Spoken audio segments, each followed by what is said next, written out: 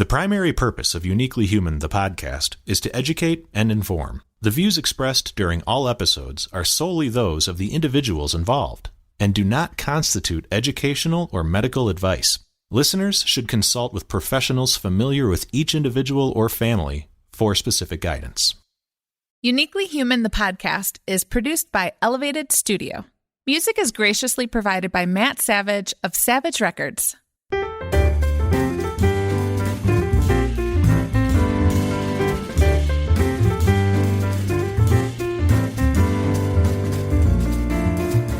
Hi, I'm Dr. Barry Prezant, clinical scholar, researcher, and consultant on autism and neurodiversity, and a Brooklyn boy raised in the big city. And I'm Dave. I'm none of those things, and I grew up on a farm in Illinois. But being on the spectrum myself, I have plenty of personal insight to lend. And this is Uniquely Human, the podcast, a show that illuminates and celebrates autism and neurodiversity.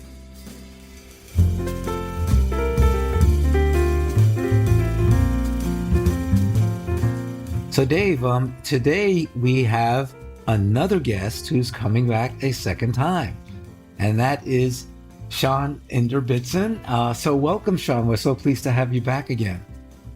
Thanks, Barry. And Dave. I think it's almost 2.5 years ago since we had you for the first time. But you've done quite a bit since then. So just a little bit of a refresher for our listeners who did not listen to our episode with Sean the first time around. So Sean Inderbitzen is an autistic psychotherapist and researcher through the Mayo Clinic Health System. He regularly trains healthcare professionals to be more confident when working with people on the spectrum. His latest book, that will be the focus of much of our discussion today, is Autism and Polyvagal Terms, New Possibilities and Interventions. So, Sean, since we spoke to you last, a lot's been going on, but we might have some listeners who did not listen to your first visit on our podcast. So, a little bit about your history, your autism diagnosis, and your choice to pursue a career in mental health counseling. Sure. So, I'm Sean. I live in northwestern Wisconsin. And in this part of the world, things are pretty rural. And it's a really cool place to be. I live here. I'm a dad to 2 boys. I love them with everything that I am, and they're why I stay here. And so I bring that up because I had not actually planned on being a therapist. It was kind of a happy accident that happened. So I went to school in undergrad for social work, with the intention of doing policy analysis and policy work and did a master's. And so then I actually went to Case Western Reserve, did a macro track, did an internship around policy, got some legislation moved, or at least moved the needle on with respect to caregiver burnout of elder adults, and then realized all the jobs were 4 hours away. And so at a very early time in my 20s, I had to choose to pursue something other than what I went to school for. Because if I wanted to keep placement, that meant staying in Rice Lake. It meant living where I live and living in this rural area. And so I had to pick a job that was adjacent. So I was seeing a therapist at the time who was like, you might be really good at this therapy with people with autism thing. Like, you just have to embrace it. And so here we are 5 years later. Having gotten an adult diagnosis around 18, and then and now 5 years later, I'm doing quite a bit. I'm publishing, I'm doing research, or I'm doing a lot of training. I wrote a book for Norton's Interpersonal Neurobiology series, and that's a pretty cool accomplishment to have written along Dan Siegel and Janina Fisher and just all those names that make American psychology. That's awesome. Some very important names. A little aside, another great accomplishment is the 2 boys. How old are your boys? They're 8 and 10. And they are they're the best. It's funny. We just went to see Post Malone, and they're super excited to go. We go, and they could have cared less. He's a Grammy Award winner, and they're like, more interested in just like staring off into space, looking at the people. It's like, oh my God. I know. Welcome. And Post Malone tickets are not cheap. No, they're not. And he didn't play anywhere nearby, so we had to actually fly to go see him down in North Carolina. Oh my goodness. That's going literally the extra mile on the part of a dad here. That's incredible. That's probably, if my own childhood experience and my experience as a dad has any sort of parallel to this, then I'm sure they were probably even more excited about being able to just color and play on the airplane or watch SpongeBob in the hotel. Yep. So that was the high point for them, was just watching TV and just chilling in the dark and laying around. And then great. the Ubers were really cool. It was really embarrassing because my oldest was like, do you know my dad wrote a book? To the Uber driver. And so the Uber driver starts asking about the book, and it's like, oh dear God, like. Well, that's an absolutely great segue into discussing one of the reasons that we wish to have you back again. So did you say to the Uber driver, well, my book is about polyvagal theory and its application to supporting people with autism?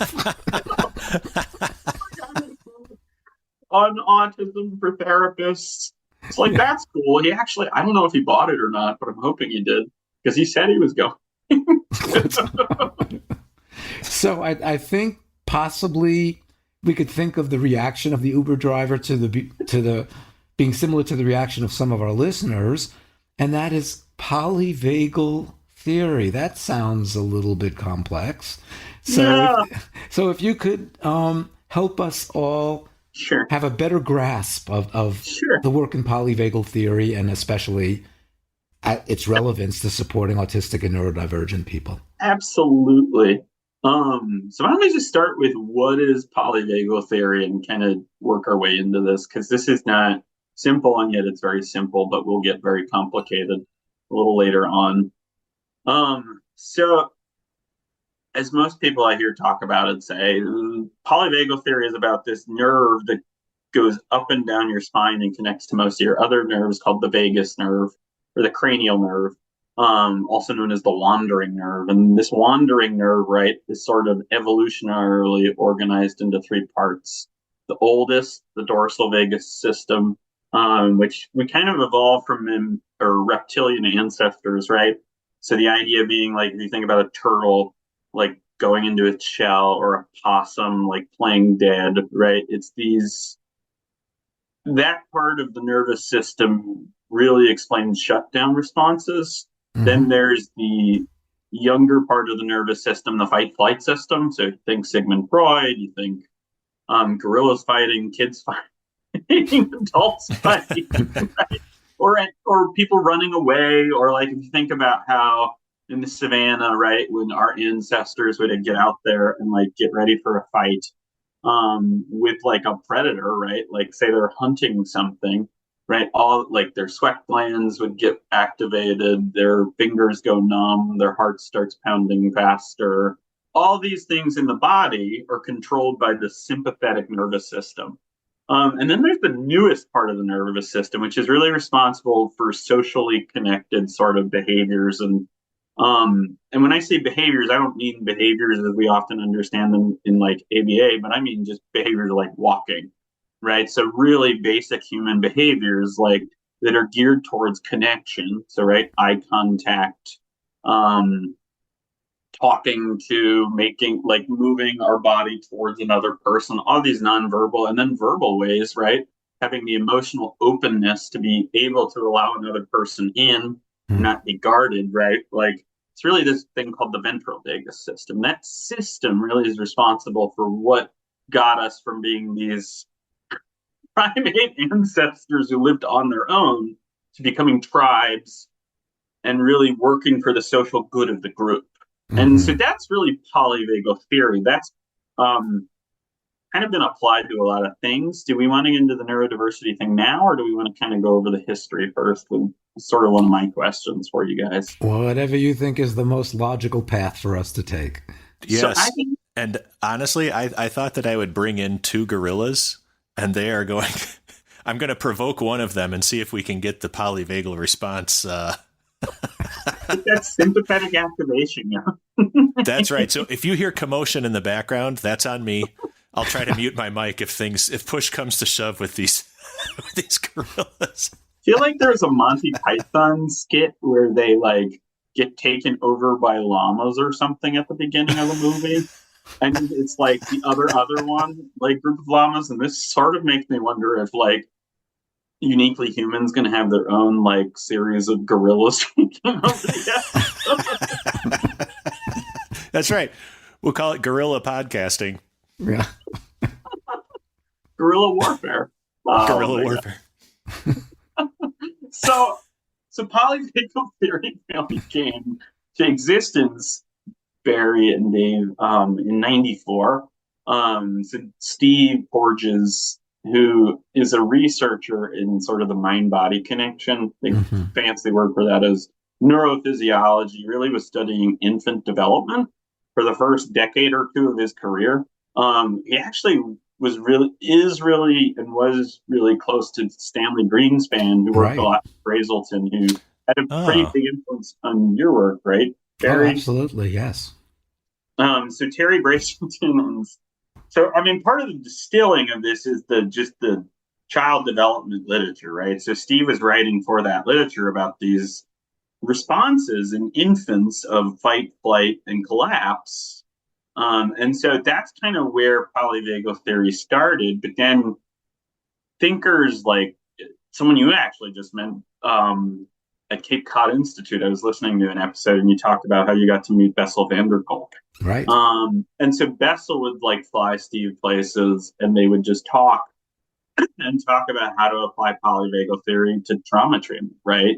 Mm-hmm. And so then Steve's work really started getting distilled into the trauma therapy space. So kind of made its way into EMDR and the Francine Shapiro world, made its way into influencing Pat Ogden, who does a lot with what's called sensory motor psychotherapy, Peter Levine's work. And so, and Dan Siegel, right, who created the Interpersonal Neurobiology series and wrote The Developing Mind of the Child. And so really, like, Steve's research has been focusing on autism since 2004, but it's only been in the last decade that, like, people in my world of the therapy space have even been talking about autism, let alone what are effective treatment approaches. And so now the timing is just such that this book comes along, right? And so it's really about creating what we call vagal efficiency. And vagal efficiency is a fancy way of saying, how do I become more socially connected to myself and others? And how do I become more flexible to change, which I don't know that we ever as humans get down. But this is really, I think, the implication for anyone for the neurodiversity label is how can I become more flexible and less rigid and more connected to myself and others? Absolutely. You know, I was just on a sales trip this past week. I was in Ottawa, Ontario, and as opposed to Ottawa, Illinois, for any listeners out there who even care. But I was trying to explain I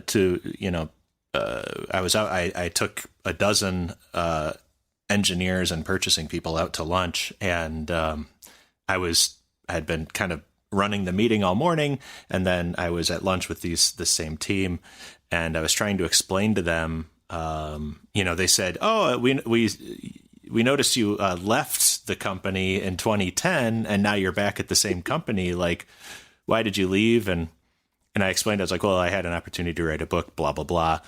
And so naturally we got into the discussion of what the book is about, much like your or your Uber experience.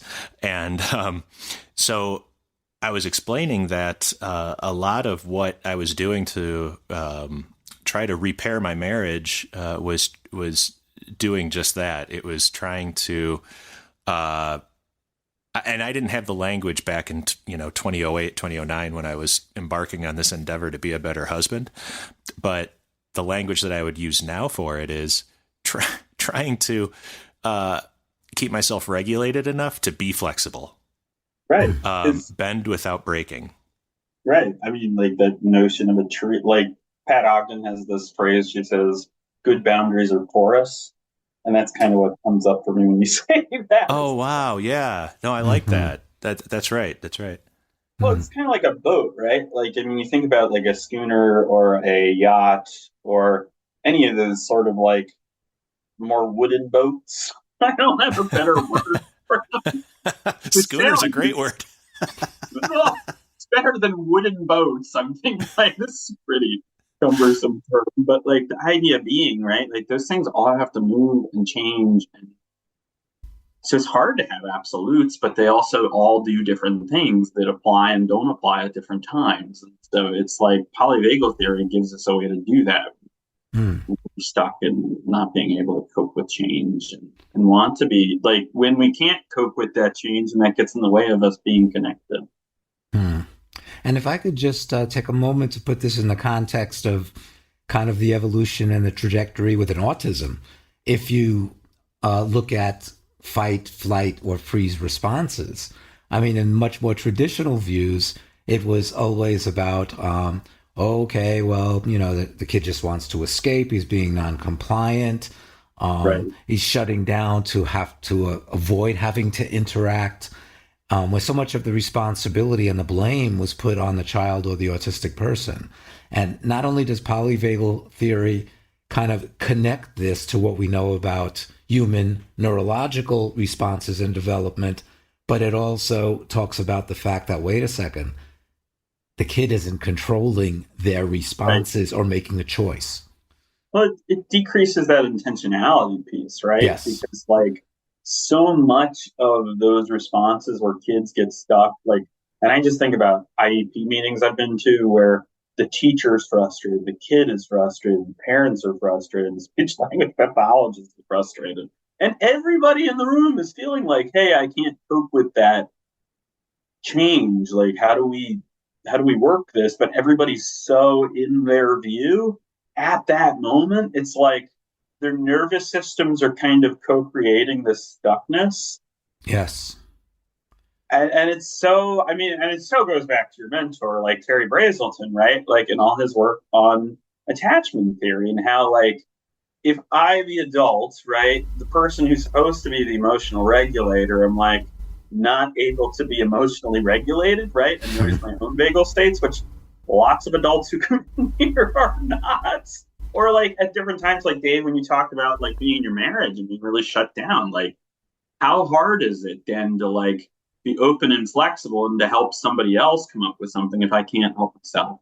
Yes. Right. And I think the as a spouse, like, so as a dad, I do much better at just kind of taking a breath and pausing with my kids. But even now, like, which is good, but even now at age 47, and I've been working on this for a long time, I think. And, you know, if Kristen and I, we don't really argue much anymore at all, but when we do have just a little, we'll call it a misalignment or a schism, a tiff, spat, we, a schooner. I love those hands coming together like this.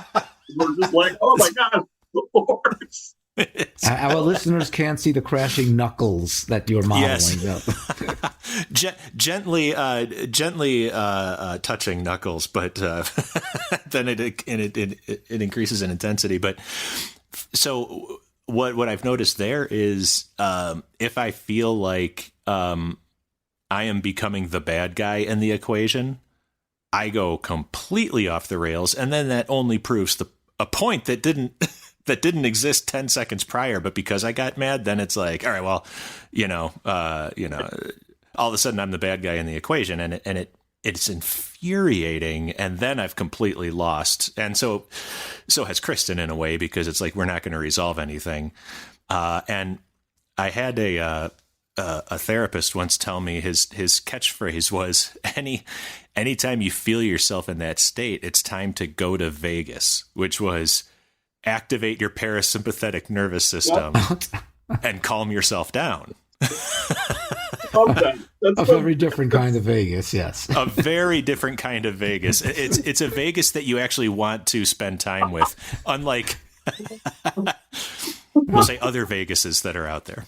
But what happens in your Vegas stays in your Vegas, right? One hopes.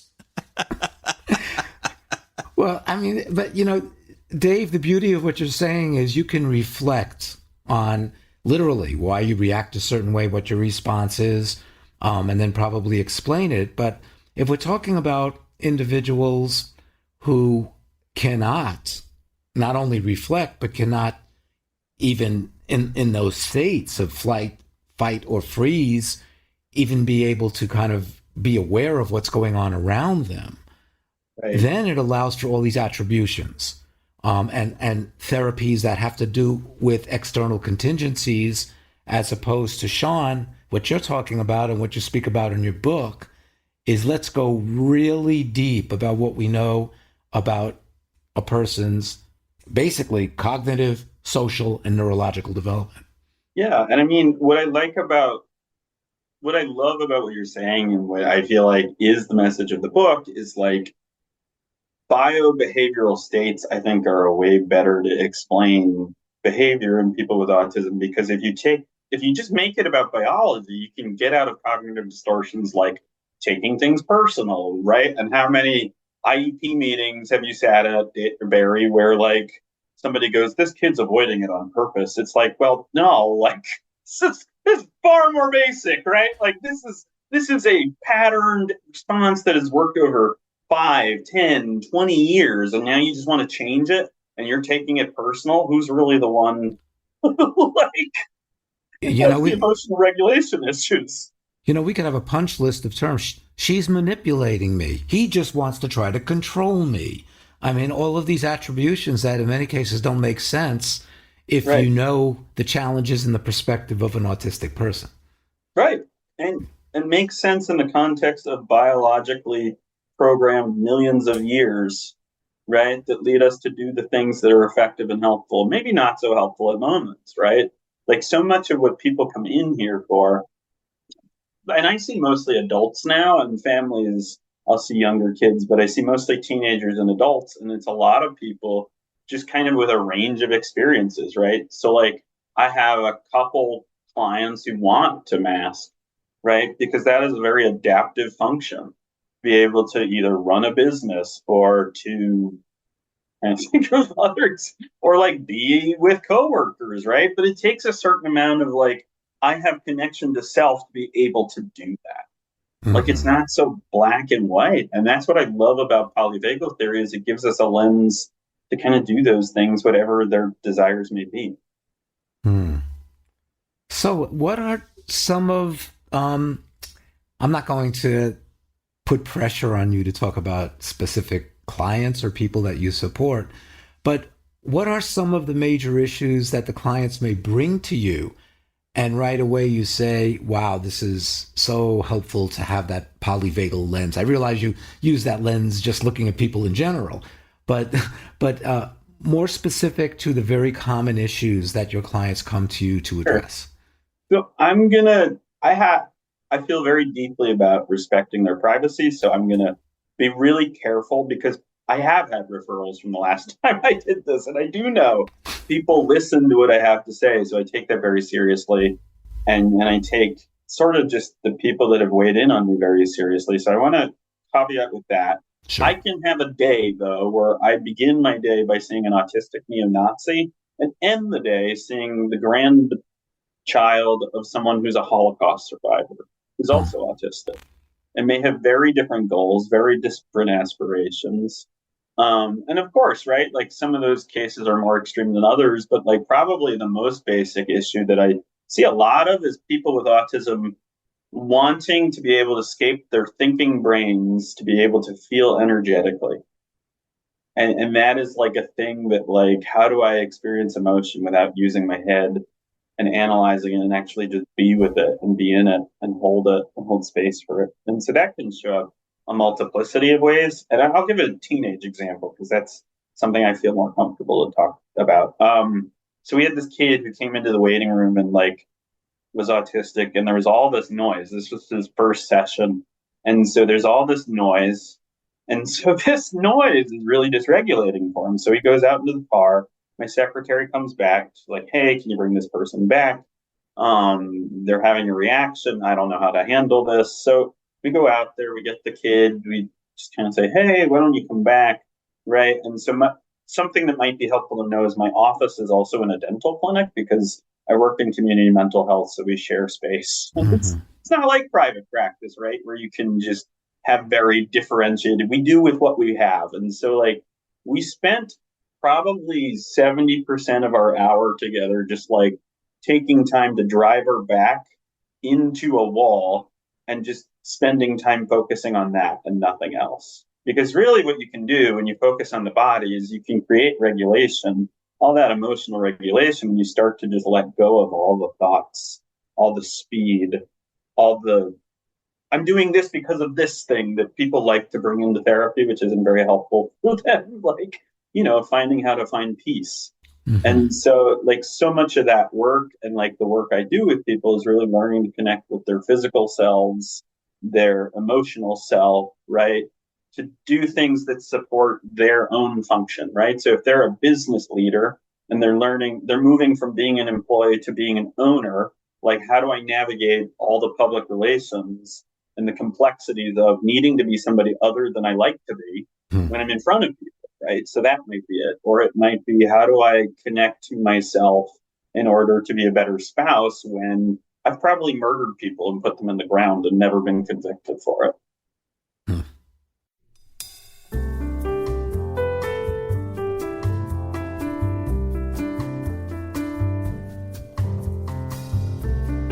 We'd like to take a moment to thank you for listening to Uniquely Human, the podcast. It is so gratifying to hear that so many of you find value in what we share. It is gratifying, and it's so much fun making this show together, Barry.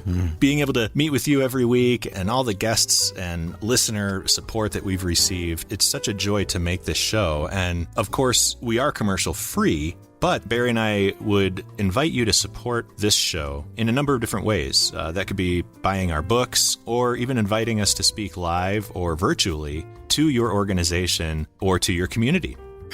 To learn more about all of this, you can, of course, go to our websites, barrypresent.com or davidjfinch.com, to learn more about our speaking topics and how to work with us and all of the consultative services that we provide. And we also want to know how we're doing. We are in a constant quality improvement mode here. Yes. So please make sure to leave comments and ratings, suggestions on social media. Contact us directly on the links on our website and recommend Uniquely Human, the podcast, to those in your lives. In conclusion, we are so grateful to you, our Uniquely Human community, for your support and loyalty, and we'll be keeping at it. Yes, thank you all so much. Now back to the show.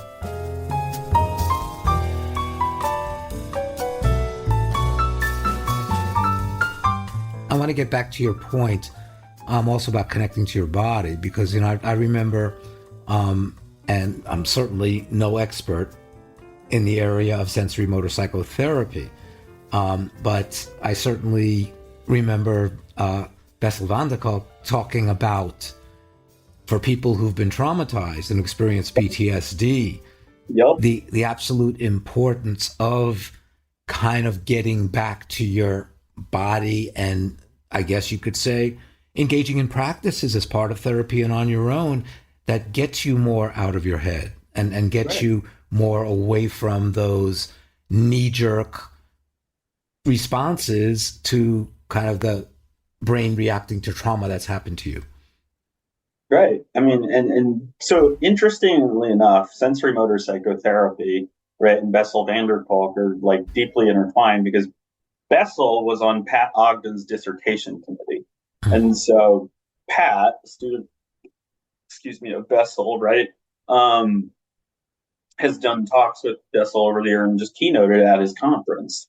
And so when I think about really how do I help people, I try to think a lot about like how fast is their mind moving, how fast are they reacting to things, how strongly they're reacting to things. So these things like intensity, speed, how much talking is going on in their brain versus like, how do I find peace, right? And so I think being in your body is like very counter-cultural, because our Western culture is so shaped by the Enlightenment and the work of Rene Descartes. It was like, I think, therefore I am, right? And so now everyone has thought themselves to death, and we miss like, oh, I'm unhappy, right? Like last night I went to yoga and then accidentally ran into some friends and accidentally ended up at a dance. And I say accidentally because I wasn't planning on doing it, but like I was reminded of how much I just need basic fun, right? Because so much of my life is serious and so I think making room for those surprises and helping people still be surprised by themselves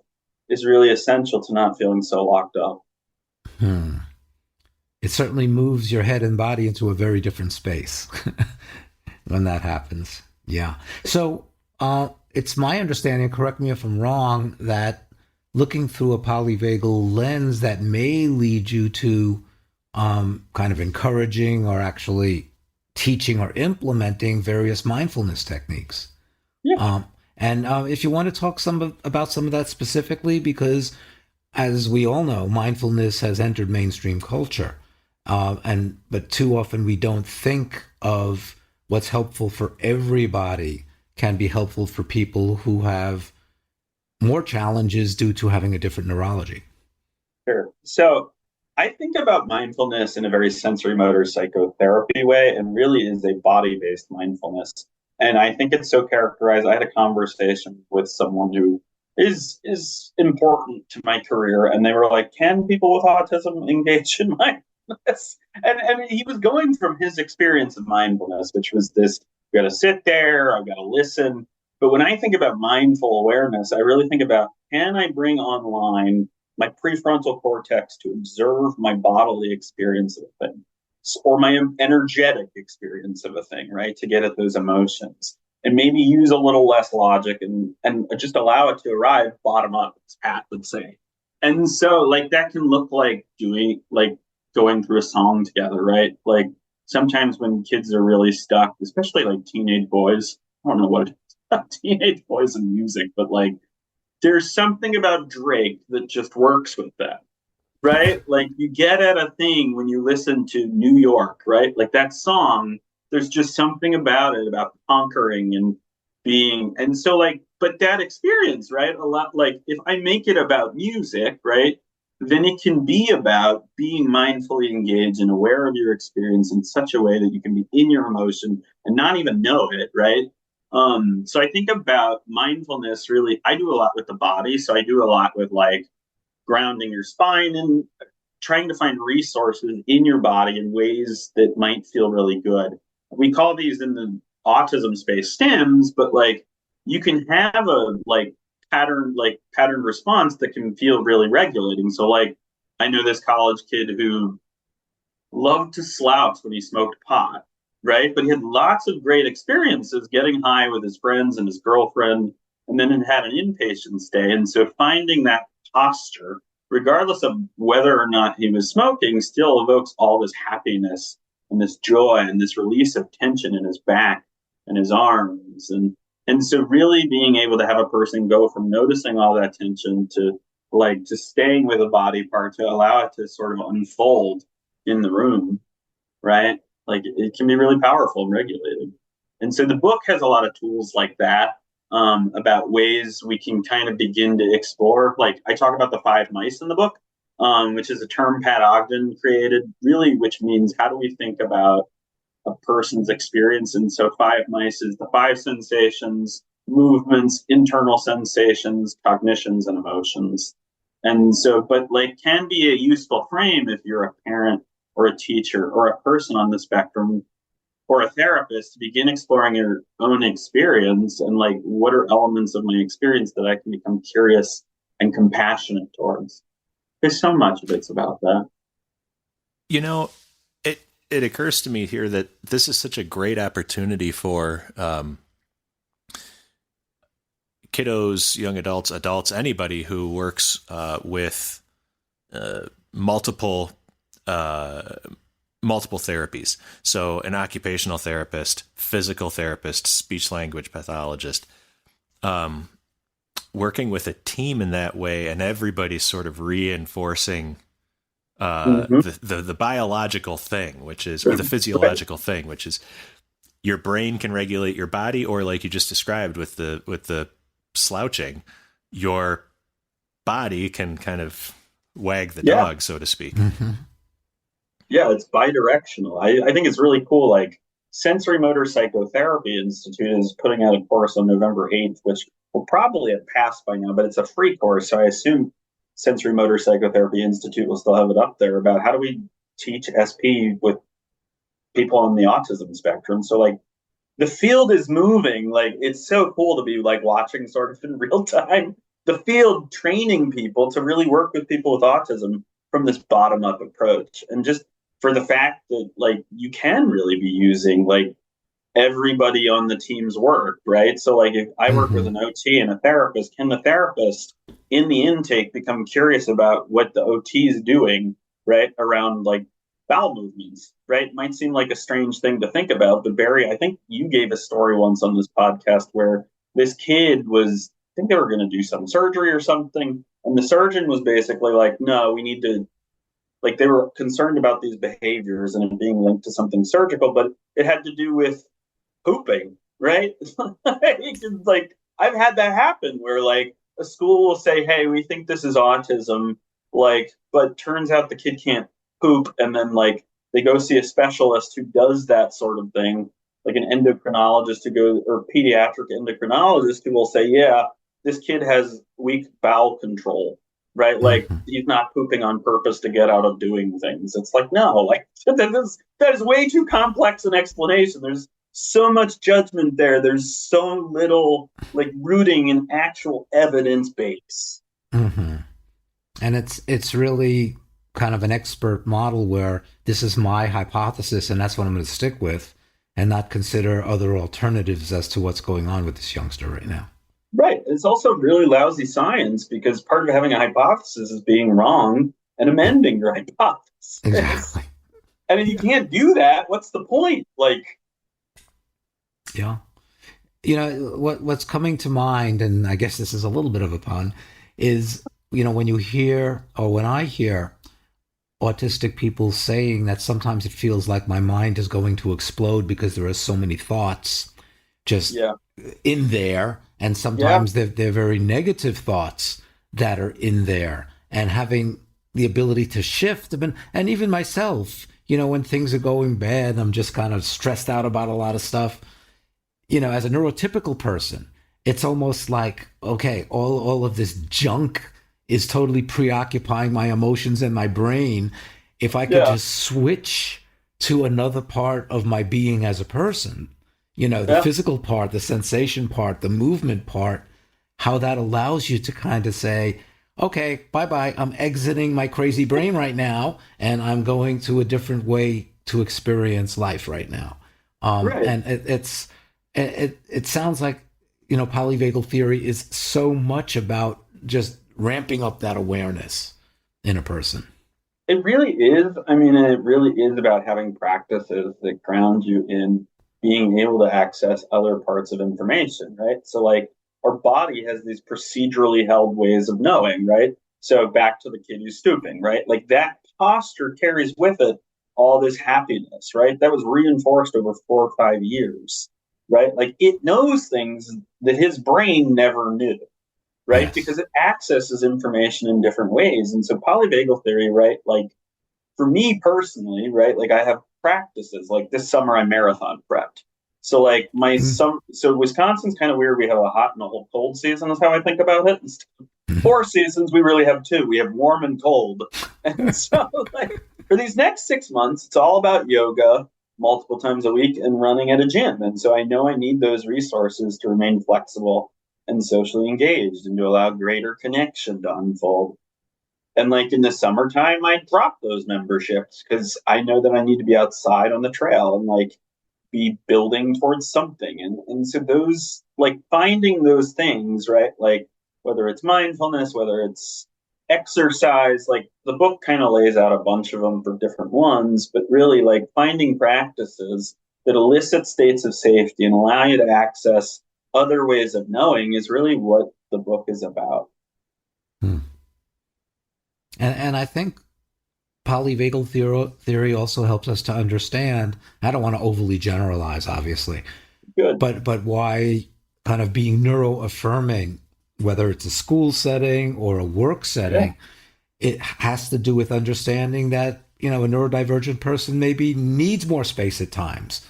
That, you know, as we hear from so many people, kind of being obligated to be social is totally exhausting. But if you're dealing with lower level issues, you need that space. You need to get away from that pressure to function at that high social engagement. Well, and those bottom layers of Maslow's pyramid have to be met, right? Like so much of trauma work and what Bessel and Pat talk about is really Maslow, like food, shelter, water, sleep. Like if those things aren't met because your mind is racing at night, right? It's great that you might have this problem with your peers, but how do we get you to go to bed at night? Like in an effective way so you can access more Vegas, as Dave's. Yes. You can go to Vegas, right? I can't go to Vegas if I had only had 2 hours of sleep and I have a whole day ahead of me. Yes. Like, those basic elements affect biology, which affects behavior. And so what I love about polyvagal theory is that whether you're neurodiverse or not, like it really focuses on the body. And what are the body's elements and ingredients that really shape those higher forms of, like, as you said, social engagement or being overly connected all the time? Because right, like you can burn at both ends, kind of like Dave, I think your experience was like leaving that company and then eventually going back, right? Like it probably was burning a lot. Well, yeah, and I was just thinking too along those lines, like, yes, so the two examples that I brought up were leaving a company and coming back, being rehired, and also running a sales meeting, right? This week, and that, that's just what I do on a daily basis now. But there are families and individuals who are dealing with like, yeah, we're not talking about running sales meetings. We're talking about grandma came over unannounced and it was a meltdown and self-injurious behavior. Sure. Is there any situation in which, obviously, if somebody's running out into the street, you don't say like, remember your vagal nerve, but barring these extreme sort of examples, is it generally, let me put it this way, time and place, right? Is there a time and place where what we're discussing right now in this episode just isn't really applicable? Or is it kind of underlying most situations where it would be applicable? So I tend to look at it in a pretty basic way clinically that underlies most situations. And I look at it in terms of, is there dysregulation or not? Is this person like struggling or not? Because if there's dysregulation, what's that dysregulation about? Right? Mm-hmm. Because if I have a person come in and they're like, I have all these issues with like connecting to my wife, right? But like is having seizures too. Like the first thing I can do to be an effective clinician is be like, hey, you need to go see a neurologist to see, is this or isn't this a seizure? And like might not seem like a very behavioral intervention, but actually is pretty behavioral. So I think it applies to most things. I think whether or not you stop and use the practice, right, might be less or more relevant depending on the demands of the situation. Like, obviously, if your kid's running away, like, you're going to go run after them. Where I think that becomes relevant in a consultation after the fact is, can we prevent that from happening again by not escalating the situation, by beginning to control your own nervous system as an adult who's got a fully functioning cortex, hopefully. And as grandma, right? Like if grandma comes over and meltdown begins, can she not build as the kid builds? Because it's like this co-regulation thing, right? The kids like cues of I'm like the self-injurious behavior, right? Like I might have as grandma some moral things that inform how I view that, but can I view that behavior as not being so moral and really just be something that I find threatening and really find ways to begin to move out of that because I know these behaviors are going to happen again and really regulate my own nervous system to be a better regulator, to build, like I talked about earlier, that vagal efficiency for that kid. Mm-hmm. Because it's like, it's really something you practice when you're in situations where you don't need it so that you have the tools and the right. the efficiency when you do. Yeah. Right. Because it's about widening that ability to tolerate distress. Right. And you partially answered a question I had on my tongue and with your grandma example. And that is, let's say it's a younger child, or doesn't have to be a young child, but at least under the care of a parent or a family member. Polyvagal theory, the term could be pretty scary. So I'm just wondering how you explain that to a caregiver to better support and understand their neurodivergent family member who is under their care. So the language I tend to use is a lot of times around, can we create experiences of safety? Can we create experiences where you respond in a way that feels safe when this person you love feels threatened, who's neurodivergent, right? Because your ability to feel safe and find safety will help you access the parts of your brain you need to help them feel safe. Mm-hmm. And so I like to use the language of safety because, and again, I know it's pretty reductive to think about it in dysregulation and regulation, right? But like a lot of times, like I work in Wisconsin, like people don't talk about vagal states in Wisconsin. We talk about, is this kid running away or not? And like, there are a lot of pretty sloppy explanations. And so I find a lot of it is like exercising my own regulation to not judge people for their speech about like, this kid intended to run away and is getting out of it. Well, let's break that down a little bit, right? And just kind of not touching some of that stuff because it tends to throw up their defenses when I start an argument about what is the right way to say a thing, when really we're all there to help the kid, which is the important thing. Mm-hmm. So, and even the most common terms that are used now for leaving, escaping, such as eloping, it's people, when we throw everything into that one category, then it's almost as if, well, the precipitant or the trigger for that's going to be the same, that eloping's a bad thing. How do you stop it? As opposed to, looking much more complexly at what's going on. The child doesn't feel safe and secure, and that's part of our role in that situation, if that's one of the triggers for that. Well, and I think about that example I shared with you guys about the kid who kept soiling his pants and had to go to the bathroom. And the school was saying, we're trauma informed. And like the linchpin and all of that, like the thing that made the difference was helping the mother, who was a nurse, like who teaches people how to do this for a living, like actually slow down and realize she was really hurt by the school, right? Really upset by the fact that they're ascribing him this malicious intent when he's 5, right? And he has been through so much, and it had gone through like, I don't know how many different homes who weren't his parents before they got to her, right? And what he had seen, we will never know, but is scared, right? And then, so what I find is like, to what your point is, right? Like, is if I can help people just slow down and be with themselves, so much just surprises them and me. Yes, and being trained with hard and fast and limited explanatory categories doesn't allow you to step back and be in that state and say, okay, now what's really going on here with this youngster or with this person, and what can we explore that would be helpful, as opposed to here's the label for it and here's our intervention for it. Well, Gabor Mate has this great way in Myth of Normal of saying, we do this circular thing where we give it a label and then we say that causes it. And then when it happens, we say that's the label. And it's not very like explanatory to just be like, here's a label. It does a thing. And oh, that thing is that. So what? Like, what can we do about it? What can we do to make life in this immediate moment better? Because it so much is about the present moment and bringing moment awareness to the now and not getting lost into the series of what ifs. Not that there ever isn't a time and place for those things, but so much of what people come in about isn't about those things. Right.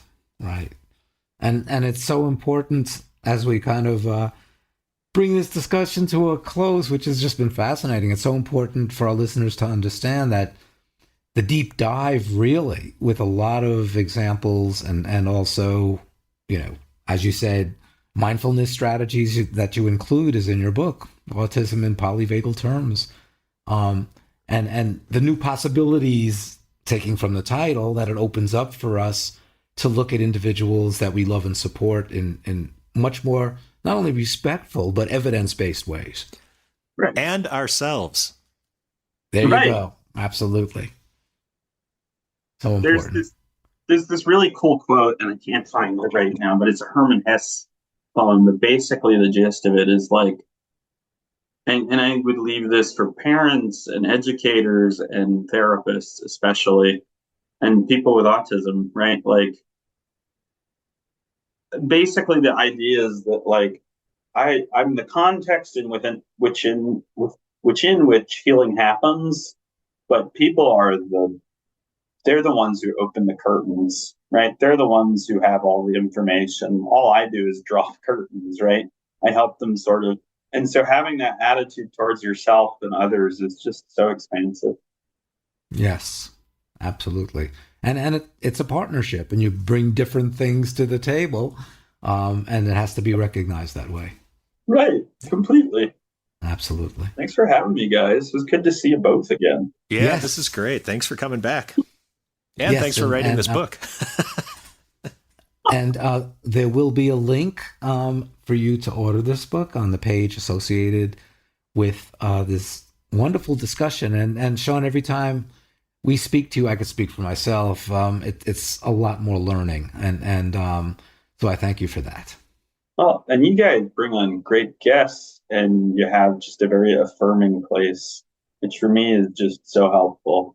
Like, because there's always so much I don't know and things I'm coming to learn. And, it's nice to have a really clear place to like have a sense of, oh, this is where the pulse of the community is right now. You guys do that really well. Oh. That's this guy. Barry knows, or this guy. Barry knows amazing people. If it were left to my Rolodex, this podcast would be 3 episodes long, and most of the talk would be about how far do you think we could launch this thing? But you see, it's not so much me. I have this little bit of technology that says it's an amazing person radar screen. And when I see a person showing up on my radar screen, okay, I've got to get them. And especially if the person is a double amazing person, we have them on twice. So, like Sean. Thanks. So there you go. All righty. Well, thank you so much, Sean. And good luck in your work as you move into cold season. Here in New England, here it is 73 today. So. Oh my God, it's 36 here now. Oh. All righty. Take care. Be well. Bye, guys. Good Thanks, chat. guys. Bye. Bye.